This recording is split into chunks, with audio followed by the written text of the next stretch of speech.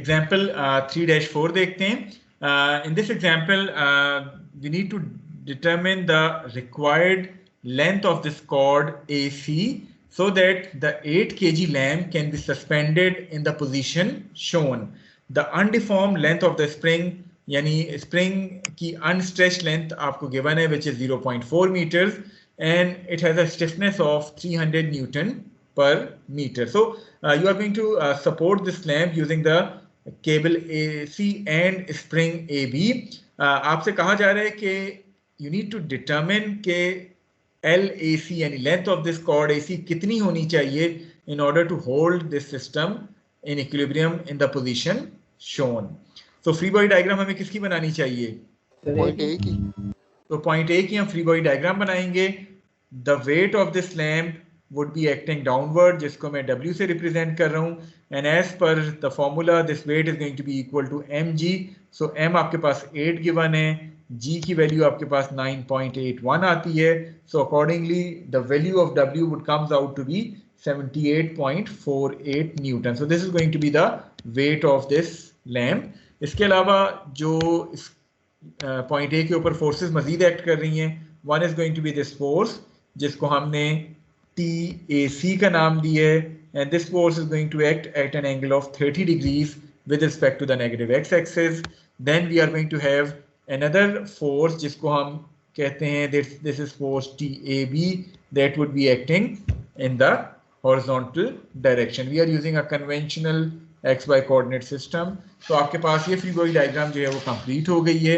3 forces act कर रही हैं पॉइंट ए के ऊपर. One is the weight which is acting downward, the other one is the spring force जिसको हमने TAB का नाम दिया है, and the third one is the force in this rope AC जिसको हमने TAC का नाम दिया है. So applying the conditions of equilibrium for this case, the first condition says that there shouldn't be any unbalanced force acting on this particle along the x-axis, that is summation fx equal to 0.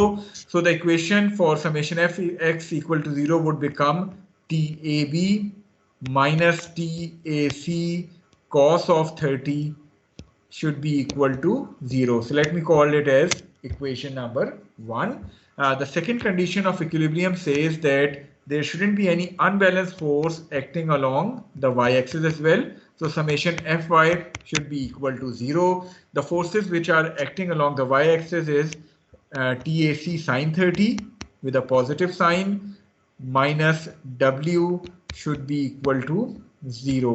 So ये मेरे पास दो अदद forces आ गई हैं, equations आ गई हैं. Unknowns कितने हैं इसमें? So 2, TAB and TAC. So we have two unknowns, TAB and TAC. So we are going to solve this system of equations simultaneously in order to get the value of those two unknowns. So TAB जब आप solve करेंगे, TAB would comes out to be 135.93 Newton and TAC would comes out to be 156. So it would comes out to be 156.96 Newton. यहाँ तक clear है rake को? Yes sir. अच्छा, आपसे question में क्या पूछा गया था? You need to determine this required length of cord AC. अब वो कैसे लेंथ हम कॉर्ड AC की कैसे जज कर सकते हैं, कैसे डिटरमिन कर सकते हैं मैथमेटिकली? सर अगर हम TAB निकालें तो अच्छा, हमें पता चल जाएगा कि स्प्रिंग की लेंथ कितनी है. चलिए ठीक है, स्प्रिंग की लेंथ TAB निकल जाएगा तो हमें एक्सटेंशन मिल जाएगी. चलिए ठीक है. TAB basically represents the force in this spring. So spring force के लिए हमें ऑलरेडी फॉर्मूला पता है कि स्प्रिंग फोर्स किसके बराबर होती है? KX के बराबर या KS, जो भी आप लिखना चाहें. इसमें X क्या होता है? हमने लास्ट टाइम भी डिस्कस किया था. Sir elongation.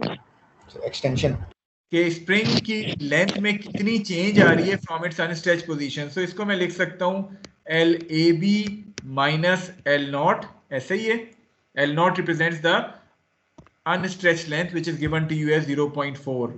So AB की वैल्यू पता है which is 135.93, K की वैल्यू पता है which is 300, L0 की वैल्यू पता है which is 0.4. So only unknown here is LAB.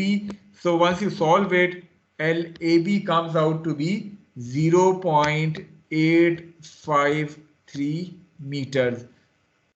सो ये तो लेंथ ए बी की आ गई, इससे आपको AC कैसे मिलेगा? अब सर इसे 2 से माइनस कर देंगे तो हमें सर ये जो EC का EC की लेंथ का हॉरिजॉन्टल कंपोनेंट मिल जाएगा। That's तो सर correct. अभी तो थोड़ा हॉरिजॉन्टल सा हम ऐसा कंपोनेंट भी करते है। हैं कि ज्योमेट्री का इस्तेमाल कर लेते हैं। We know that the length from one point to this point is 2 meters, and this length can be determined using the sum of these two lengths, कि AC का component plus AB. So this is LAB जो कि आपने already find कर ली है. So you can write 2 meters to be equal to LAB plus LAC cos of 30, isn't it? Yes, sir. ठीक है, ये येलो वाली लेंथ LAC cos 30 है, ग्रीन वाली लेंथ LAB है और टोटल लेंथ 2 है। So 2 should be equal to LAB plus LAC cos 30. So once you solve it, आपके पास LAC की वैल्यू आ जाएगी which comes out to be 1.32 metre. So आप अगर LAC की लेंथ इतनी रखेंगे तो ये सिस्टम आपके पास सारे के सारा इक्विलिब्रियम में होगा इन डायमेंशंस और इस कॉन्फ़िगरेशन के हिसाब से। Is it clear to all of you? कोई चीज जो आप पूछना चाहें? यस सर, ये sir TAB is equal to KX is equal to LAB minus L0, ये LAB माइनस L0 कैसे है सर? देखें, आपके पास जो स्प्रिंग फोर्स का फॉर्मूला है KX, इसमें ये X क्या चीज रिप्रेजेंट करता है? X रिप्रेजेंट्स के how much change in the length of spring has occurred from its unstretch position. X जो है वो उसकी चेंज इन लेंथ को रिप्रेजेंट करता है from the unstretch position. So इसको हम L माइनस L0 से रिप्रेजेंट करते हैं, where L0 is the original length या unstretch length of the spring और L is the length of the spring जिस पे आप अपनी एनालिसिस कर रहे हैं, एक्सटेंडेड या कंप्रेस लेंथ जो भी आपकी स्प्रिंग की बनती है। सो L माइनस L0 आपको गिवन है विच इज 0.4।